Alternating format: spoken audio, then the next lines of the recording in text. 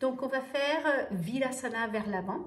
Hein, j'appelle ça Adho Mukha Vilasana, mais je ne suis pas sûre que ce soit vraiment le nom officiel. Je pense que c'est vraiment Vilasana vers l'avant. Adho veut dire vers le bas, comme Adho Mukha Svanasana, la posture de chien tête en bas. Mukha, figure, comme aussi Gomukhasana, hein, la posture figure de vache, Gomukhasana, hein, figure de vache. Donc, voilà, on va faire Vilasana vers l'avant. Vila veut dire héros.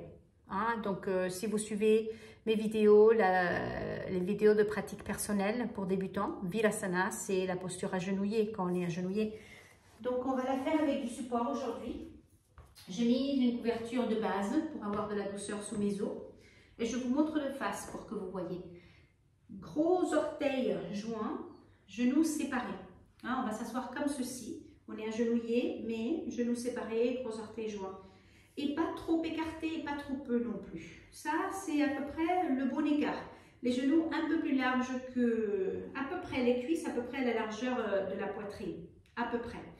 Pas, ça serait trop écarté. Des fois, je vois ça, c'est pas bon. Et pas trop peu écarté non plus. Okay? Donc, en établissant l'écart correct pour vous, observez avant de vous asseoir que les gros orteils soient sur le même plan, qu'il n'y ait pas un pied derrière l'autre, et que les chevilles soient droites. Et puis vous vous asseyez, et puis vous regardez, est-ce que vos deux cuisses sont à la même distance de la ligne centrale? Assurez-vous qu'il n'y a pas une jambe qui s'ouvre plus que l'autre. Et puis je place une couverture sur les talons. C'est juste un sandwich entre les ischions et les talons. Ce n'est pas pour l'arrière des genoux. Si vous avez des besoins spécifiques pour vos genoux, ça c'est autre chose, prenez soin. J'ai aussi les vidéos pour les chevilles douloureuses, les genoux douloureux. Donc voilà, il y a d'autres façons de s'installer.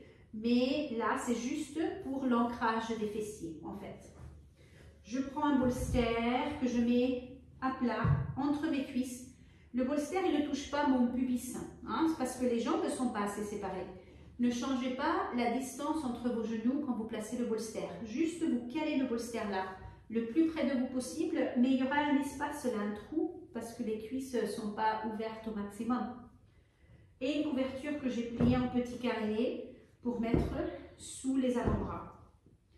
Et là, en gardant les fessiers posés, j'allonge le buste vers l'avant pour venir vers l'avant. La couverture qui est sous le front, mais en fait elle est sous les avant-bras, pas sous le front.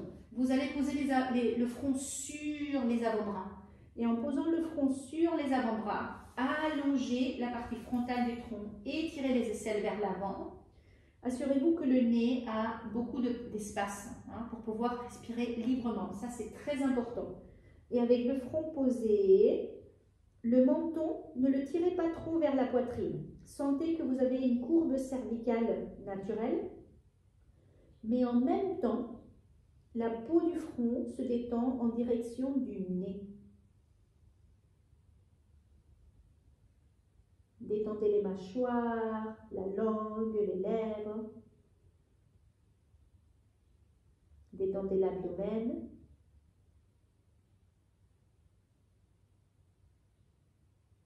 Changez le croisement des bras. Vous pouvez rester le temps que vous voulez, le temps que vous sentez que vous êtes bien.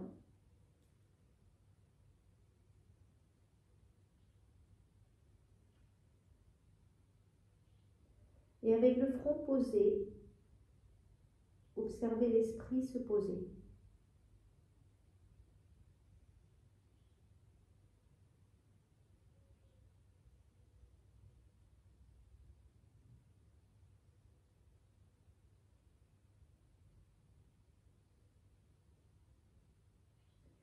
Si jamais vous avez de l'anxiété ou de la dépression, ce n'est pas recommandé d'avoir le front posé, les yeux fermés.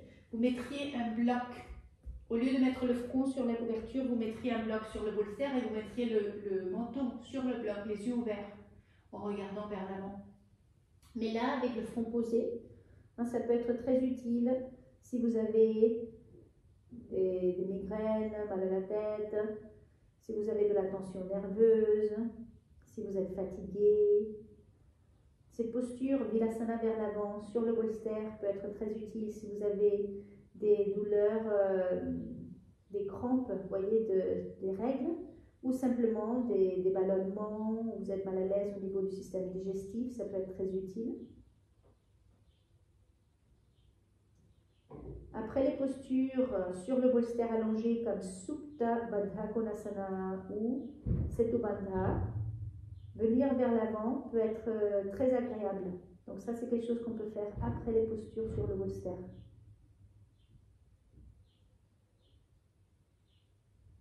Sur le dos, je veux dire.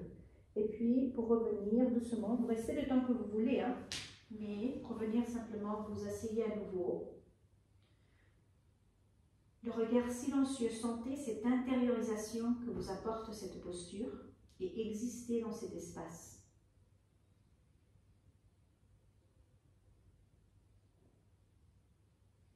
Vous déconstruisez l'installation lentement. Et vous venez en Chaturangasana. La posture à 4 pattes, rapprochez les genoux, séparez les pieds. Si nécessaire, vous étirez une jambe à la fois, mais si vous n'avez pas besoin d'étirer une jambe à la fois direct, vous croisez les chevilles et vous asseyez derrière les pieds.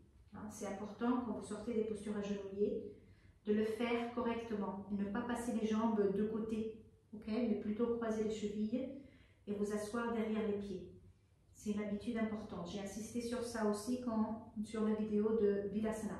Si jamais vous n'arrivez pas à faire ça, vous prenez votre temps en étirant les jambes, prenez votre temps, vous refaites une deuxième, troisième fois, et puis vous pouvez vous lever directement, voyez. Et si vous préférez vous asseoir, vous asseyez, mais pas en passant les jambes de côté. Donc voilà, deuxième posture agenouillée. Et deuxième fois que j'insiste, comment sortir correctement de la posture. Bonne pratique.